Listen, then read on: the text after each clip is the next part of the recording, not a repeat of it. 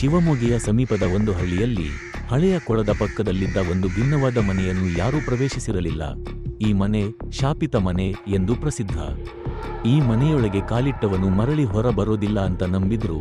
ಹಾಗೆಯೇ ಇದಕ್ಕೆ ಸರಿ ಅನ್ನುವ ಹಾಗೆ ಒಂದು ಘಟನೆ ನಡೆಯಿತು.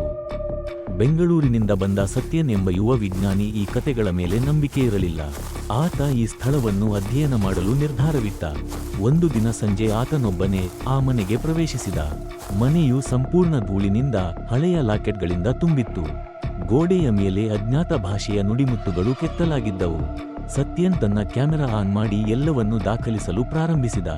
ಸ್ವಲ್ಪ ಹೊತ್ತಿನವರೆಗೂ ಎಲ್ಲವೂ ಸರಿಯಾಗಿಯೇ ಇತ್ತು. ಆದರೆ ರಾತ್ರಿ 12 ಗಂಟೆಯಾದಾಗ ಬಾಗಿಲು ತಾನಾಗಿಯೇ ಮುಚ್ಚಿಕೊಂಡಿತು. ಕ್ಯಾಮೆರಾ ಆಫ್ ಆಯಿತು.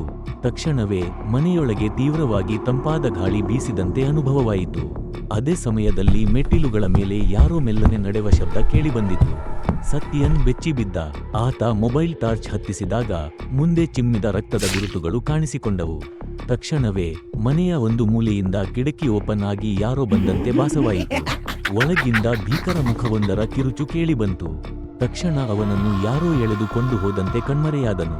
ಅವನ ಕ್ಯಾಮೆರಾ ಮತ್ತು ನೋಟ್ಸ್ ಮಾತ್ರ ಮನೆಯ ಬಾಗಿಲಿನಲ್ಲಿ ಕಂಡುಬಂದವು. ಆದರೆ ಅವನು ಯಾರಿಗೂ ಮತ್ತೆ ಕಂಡುಬಂದಿಲ್ಲ. ಈ ಘಟನೆ ಬಳಿಕ ಹಳ್ಳಿ ಜನರು ಆ ಮನೆಯ ಹತ್ತಿರ ಹೋಗುವುದನ್ನೇ ನಿಲ್ಲಿಸಿದರು. ಮನೆ ಈಗಲೂ ಅಡವಿ ಮಧ್ಯದಲ್ಲಿ ಶಾಂತವಾಗಿ ನಿಂತಿದೆ. ಯಾರಿಗೋ ನಿರೀಕ್ಷೆ, ಯಾರಿಗೋ ಶಾಪವಾಗಿ.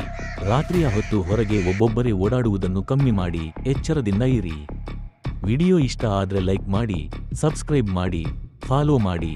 ಮತ್ತೆ ಸಿಗೋಣ ಮುಂದಿನ ವಿಡಿಯೋದಲ್ಲಿ. Love you all.